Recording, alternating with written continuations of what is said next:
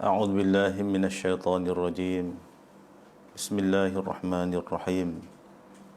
السلام عليكم ورحمة الله وبركاته. الحمد لله الذي نحمده ونستعينه ونستهديه ونستغفره ونعوذ بالله من شرور أنفسنا ومن سيئات أعمالنا. إنه من يهده الله فلا مضل له ومن يضلل فلن تجد له وليا مرشدا. أشهد أن لا إله إلا الله وحده لا شريك له وأشهد أن سيدنا وحبيبنا محمدا عبده ورسوله. اللهم صل وسلم وبارك على سيدنا محمد وعلى آله وصحبه أجمعين. سبحانك لا علم لنا إلا ما علمتنا إنك أنت العليم الحكيم. رب اشرح لي صدري ويسر لي أمري واحلل عقدة من لساني يفقه قولي. أما بعد. Marilah sama-sama kita menjadikan peluang bertemu dengan Ramadan untuk meningkatkan ketakwaan kepada Allah Subhanahu wa taala. Dalam erti kata, kita dapat membebaskan diri kita dari cabaran belenggu keduniaan.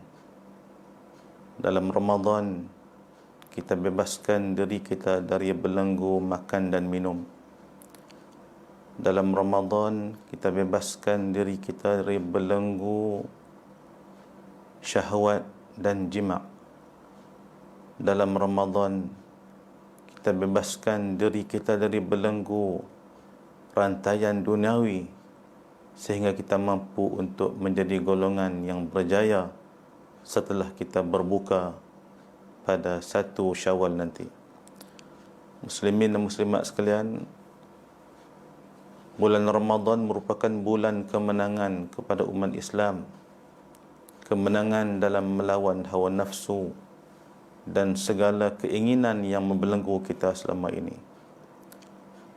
Seringkali kita sebut tentang kemenangan dalam bulan Ramadan itu kembali kepada kemenangan dalam perang Badar. Dan sesungguhnya kemenangan dalam perang Badar itu telah melahirkan satu lagi belenggu yang sedang melanda seluruh pejuang-pejuang Islam pada hari ini, iaitulah belenggu keinginan terhadap harta benda dunia.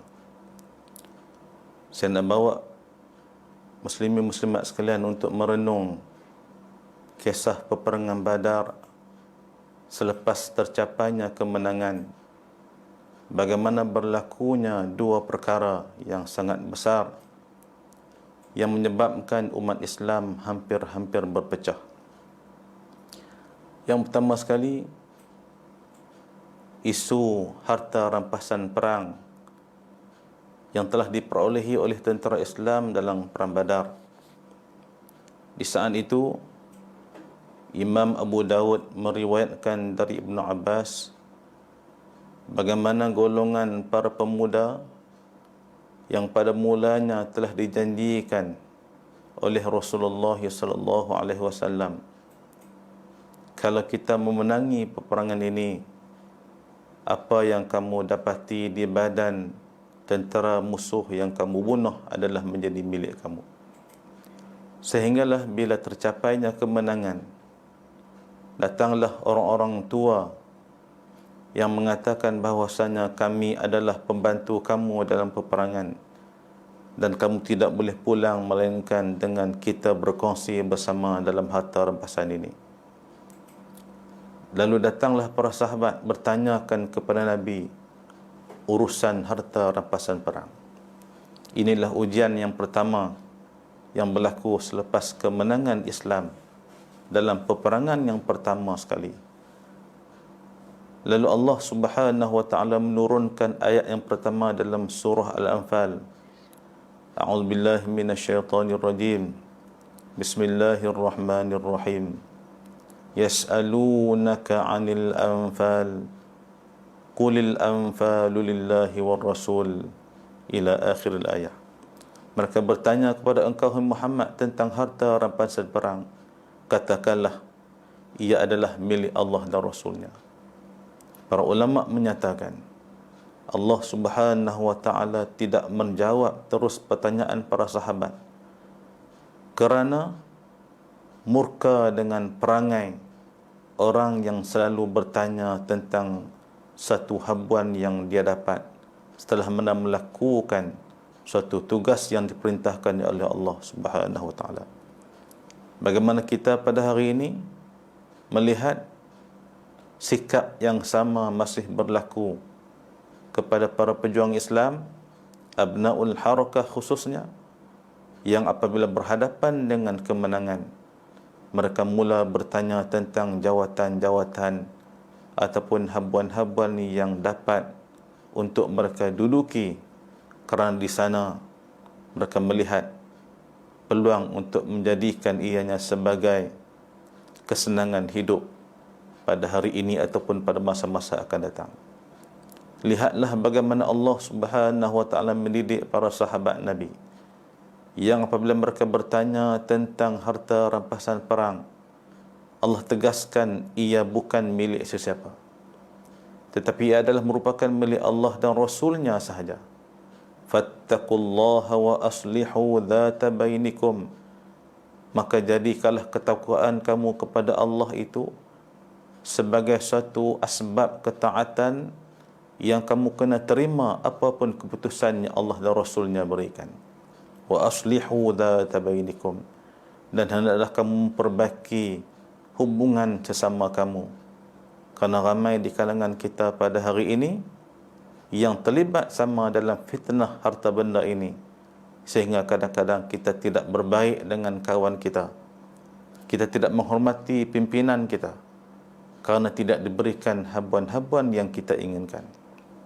Muslimin muslimat sekalian, kalau kita perhatikan dalam surah Al-Anfal, Allah Subhanahu wa taala menjawab pertanyaan yas'alunaka 'anil anfal itu ialah pada ayat ke-40 dalam surah tersebut, menunjukkan seolah-olah Allah Subhanahu wa taala tidak ingin memberikan jawapan langsung kepada para sahabat supaya mereka lupakan tentang persoalan bertanyakan tentang harta-harta yang boleh menyebabkan jiwa-jiwa kita bila diruntun oleh hawa nafsu, bila diruntun oleh keinginan terhadap harta benda, ia akan membantutkan keikhlasan kita dalam perjuangan ini. Akhirnya Allah jawab juga dalam ayat ke-40, wa'lamu annama ghanimtum fa anna lillahi khumusahu walirrasuli walidil qurba ila akhir ayat. Ketahuilah apa sahaja yang kamu dapat sebagai ghanimah dalam medan peperangan, maka bagi Allah, bagi Rasul 1/5 daripadanya, dan bagi seluruh keluarga-keluarga Nabi hingga akhir ayat. Muslimin sekalian, bagaimana Islam merawat penyakit yang ada dalam diri kita apabila kita bertanyakan tentang harta. Persoalan ini kalau keluar daripada mulut bermakna benda itu berlega dalam hati kita. Maka elakkan untuk kita mengikut kata-kata hati yang di saat apabila kita tidak diberikan sesuatu yang kita harapkan. Ajarlah diri untuk bersabar, insya-Allah, kerana di sana adanya ruang dan jalan yang lain. Allah akan berikan sesuatu sebagai gantinya kepada kita.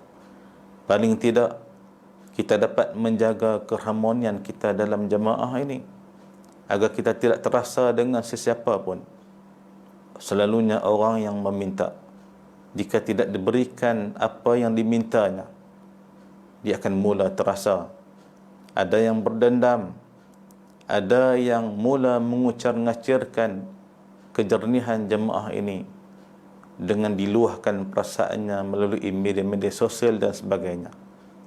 Hingga akhirnya dituduh pihak yang tidak memberikan apa yang diinginkan itu sebagai pihak yang semata-mata menjaga periuk nasi masing-masing ataupun hanya menjaga kroni-kroninya sahaja.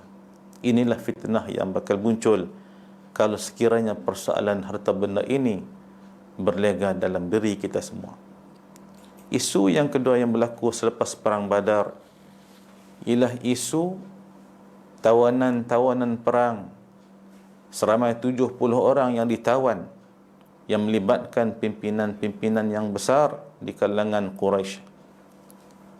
Ketika itulah Nabi SAW bermesyuarat dengan para sahabat, meminta pandangan mereka bagaimana kita nak lakukan terhadap tawanan-tawanan ini.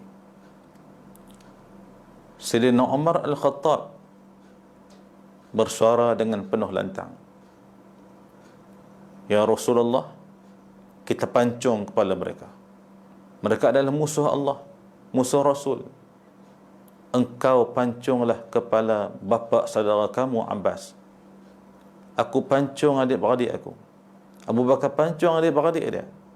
Ali pancung saudaranya sekandung."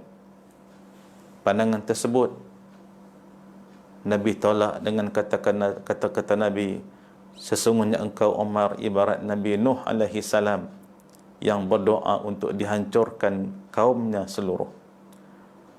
Tiba-tiba Abu Bakar mencadangkan supaya setiap tawanan itu membayar wang-wang tebusan, dan bagi mereka yang tidak mampu membayar, hendaklah mengajarkan anak-anak orang Islam dengan membaca dan menulis.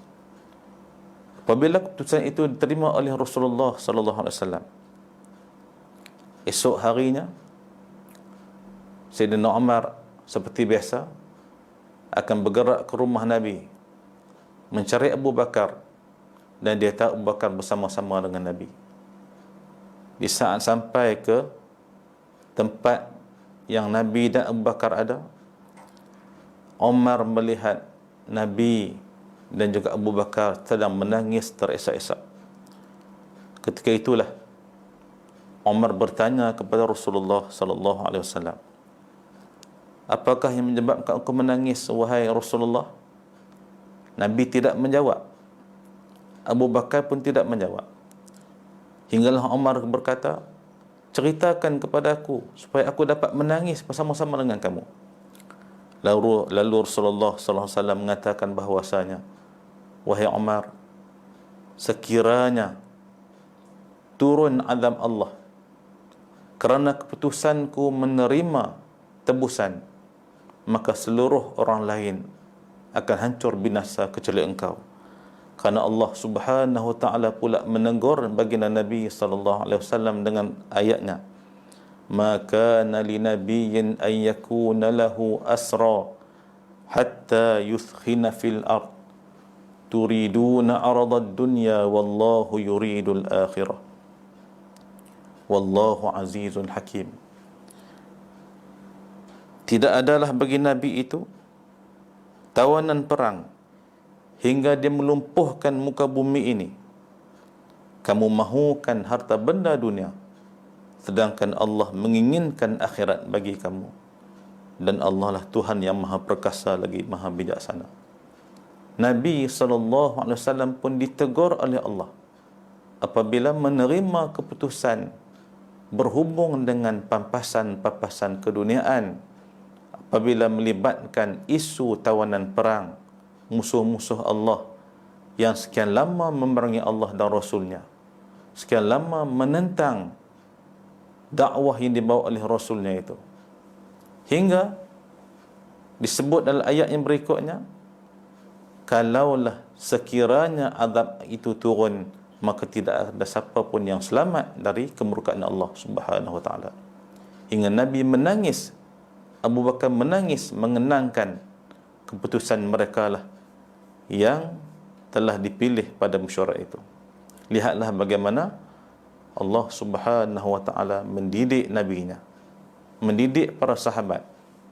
Jangan bertanya tentang habuan, jangan bertanya tentang apa yang kita akan perolehi, tetapi tanyalah tentang keikhlasan kita dalam perjuangan. Golongan Ansar merupakan golongan yang sangat ikhlas dalam perjuangan mereka, sehingga Nabi SAW menyuruh kita untuk meniru perangnya Ansar. Tapi main dengan harta-harta dunia ini, kalau makin dibuka, makin terbentang. Akhirnya Allah uji juga Ansar dalam peperangan yang kedua yang berlaku selepas peperangan Fathu Makkah dalam bulan Ramadan. Akhirnya berlaku perang Hunain. Di dalam peperangan Hunain, Nabi SAW telah mendapatkan harta rampasan yang begitu banyak, sehingga harta rampasan tersebut diberikan kepada pemimpin-pemimpin yang baru memeluk Islam dengan jumlah yang begitu banyak. Akhirnya tindakan Rasulullah SAW itu dipertikai oleh Ansar. Mereka berkata seolah-olah Nabi sudah lupakan kami, Nabi tidak sayangkan kami. Desas-desus ucapan Ansar telah sampai ke telinga Nabi. Lalu Nabi kumpulkan Ansar. Nabi berkata kepada mereka, aku mendengar kata-kata kamu. Bukankah kamu boleh berkata kepadaku, bukankah Muhammad itu dahulunya keseorangan, kamilah yang bantu dia? Bukankah dulunya Muhammad itu hina, kamilah yang muliakan dia? Bukankah Muhammad itu dulu tidak ada pembantunya, kamilah yang menolongnya, meramaikan dia? Namun kata Nabi kepada Ansar, apakah kamu tidak redha? Biarlah mereka yang lain pulang ke kampung halaman masing-masing membawa harta rampasan peperangan yang banyak, tetapi kamu pulang ke Madinah membawa jasad Rasulullah sallallahu alaihi wasallam. Akhirnya para Ansar tersedar dengan kesalahan mereka, tersedar dengan kesilapan mereka, memikirkan tentang habuan-habuan tersebut. Akhirnya mereka insaf, lalu mereka pulang ke Madinah membawa batang tubuh Nabi yang lebih mulia dari segala harta rampasan perang. Inilah tarbiyah yang Nabi kita didik para sahabat, didik umat ini, supaya jangan sesekali kita menjadi golongan yang tertarik dalam perjuangan dengan jawatan-jawatan dan habuan-habuan yang tertentu, sehingga ia mula meresapi dalam diri kita. Wal'iyadzu billah, kalau ada orang yang kita anggap sebagai pemimpin, memohon jawatan untuk memimpin. Orang yang kita anggap sebagai murabbi, meminta jawatan, seolah-olah hidupnya sebelum ini dalam keadaan susah yang amat sangat, sehingga dia perlu untuk keluar dari kepompong kemiskinan itu. Tuan-tuan sekalian, dalam satu cerita, seorang sahabat bernama Hakim. Sayyidina Hakim, seorang sahabat yang suka bila bertemu dengan Nabi, dia minta duit dengan Nabi, minta sesuatu dengan Nabi. Akhirnya selepas beberapa kali minta, Nabi memanggil Hakim, lalu berkata kepada Hakim, ya Hakim, inna hadal mal khudrun hulwun. Wahai Hakim, kata ni sedap, seronok. Faman akhadhahu bisakhawati nafsin. Namun ingat, siapa yang mengambil harta duit itu dengan jiwanya yang besar, burika lahu fih, maka Allah akan berkati dirinya. Yakni bukan dengan keinginan dirinya, diambil kerana keperluan yang perlu sahaja, maka Allah akan berkati apa yang diambilnya itu. Tapi ingat kata Nabi, wa man akhadahu bi isyrafi nafsin, siapa yang mengambil harta dengan tamak, dengan teringin yang sangat, lam yubarik lahu fiha, Allah tidak akan berkati harta yang dia dapat. Wa kana kalladhi ya'kulu wa la yashba, orang itu menjadi golongan yang makan tapi tidak kenyang-kenyang. Wal yadul ulya khairum minal yadis sufla, sedangkan tangan yang di atas lebih baik dari tangan di bawah. Diriwayatkan hebatnya nasihat yang telah diberikan oleh Nabi kepada Sayyidina Hakim melekat dalam dirinya, hingga dia berkata kepada Nabi, ya Rasulullah, walladhi ba'athaka bilhaq la azra'u ahadan ba'daka syai'an hatta ufariqad dunya. Demi Tuhan yang membangkitkan engkau dengan kebenaran, aku tidak akan meminta bantuan sesiapa pun selepas ini sehinggalah aku meninggal dunia. Akhirnya bila Nabi telah wafat, datanglah zaman Abu Bakar menjadi pemimpin. Bila dapat ghanimah, difaraidkan kepada seluruh rakyat kecuali hakim yang tidak mahu menerimanya. Oleh kerana dia telah bersumpah depan Nabi untuk tidak menerima sesuatu pun pemberian selepas pada itu. Bila datang zaman Umar, Umar pun nak bagi kepada hakim, namun hakim enggan menerima pemberian dari Umar, sehingga Umar berkata, ya ma'syaral muslimin, ushidukum ala hakim, wahai seluruh umat Islam, aku bersaksikan kamu tentang hakim ini, anni a'ridu alaihi haqqah, aku telah tawarkan kepadanya bahagiannya, alladhi qassamahu Allahu lahu fi hadzal fai', yang Allah telah tetapkan baginya habuan dalam harta rampasan ini, fa ya'ba an ya'khudhahu, tapi dia enggan untuk menerima harta pemberian tersebut, hinggalah selepas itu hakim wafat dalam keadaan jiwanya, dalam keadaan tidak teringinkan habuan dunia, walaupun dipaksa untuk diberikan. Kita taklah perlu sampai begitu, namun kita didik diri kita semua untuk sama-sama bersabar dengan kehidupan ini. Kita didik dalam perjuangan ini, jangan menjadi seperti mana golongan yang ibarat semut yang menghurung gula. Bila melihat di sana sini ada peluang-peluang untuk mendapatkan habuan, mereka berduyun-duyun pergi, berpusu-pusu mencari tempat itu. Namun kita dididik untuk menjadikan dunia itu cuma di tangan kita. Muslimin muslimat sekalian, begitulah hebatnya tarbiyah Ramadan, sehingga digambarkan kalau dunia itu berada di tangan, maka kita menjadi sebagaimana Rasulullah sallallahu alaihi wasallam yang disebut sebagai seorang manusia yang paling pemurah. Kana ajwadan nas, Nabi adalah manusia yang sangat pemurah. Wa ajwada ma yakunu fi Ramadan, dan pemurahnya Nabi itu sangat dirasai dengan melihat segala pemberian Nabi begitu pemurah sekali dalam bulan Ramadan. Itulah kedudukan kita dalam dunia ini.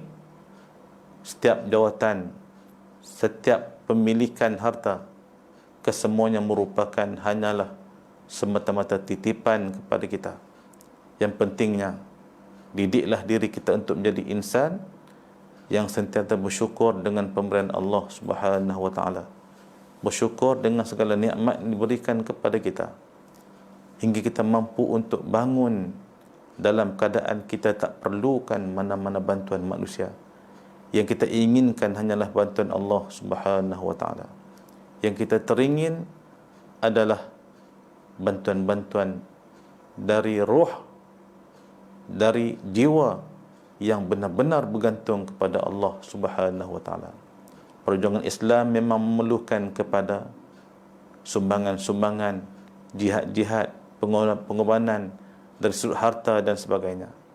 Namun orang yang enggan untuk membantu perjuangan ini dengan hartanya, maka dia telah diresapi dengan cintakan dunia yang disebut oleh Nabi SAW bahwasanya umat akhir zaman nanti mereka akan dirmamah oleh musuh disebabkan penyakit yang telah menimpa jiwa-jiwa mereka, iaitulah hubbud dunya wa karahiyatul maut, cintakan dunia dan bencikan kepada kematian. Moga-moga kita semua menjadi manusia yang sentiasa dipelihara oleh Allah Subhanahu wa taala, mengambil peluang dalam bulan Ramadan ini untuk menunjukkan bahawasanya apa yang kita miliki itu merupakan suatu titipan yang sementara.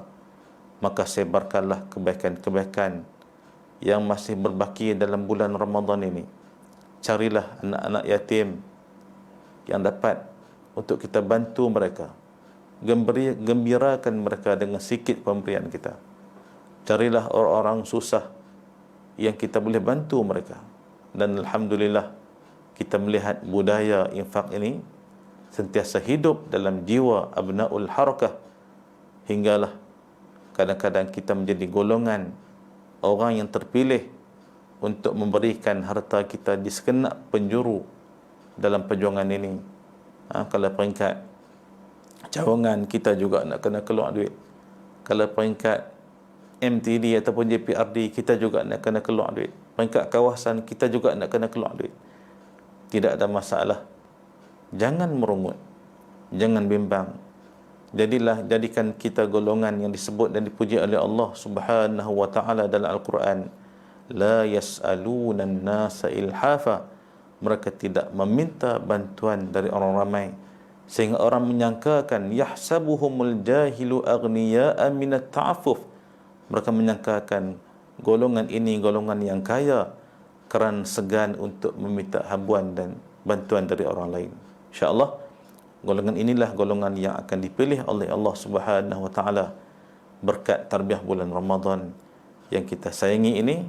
Moga-moga kita semua muslimin muslimat sekalian menjadi golongan yang berjaya dunia dan akhirat. Wallahu alam. Aqul qawli hadha wa astaghfirullahal azim li wa lakum lisairil muslimin wal muslimat fastaghfiruh innahu huwal ghafurur rahim. Wassalamualaikum warahmatullahi wabarakatuh.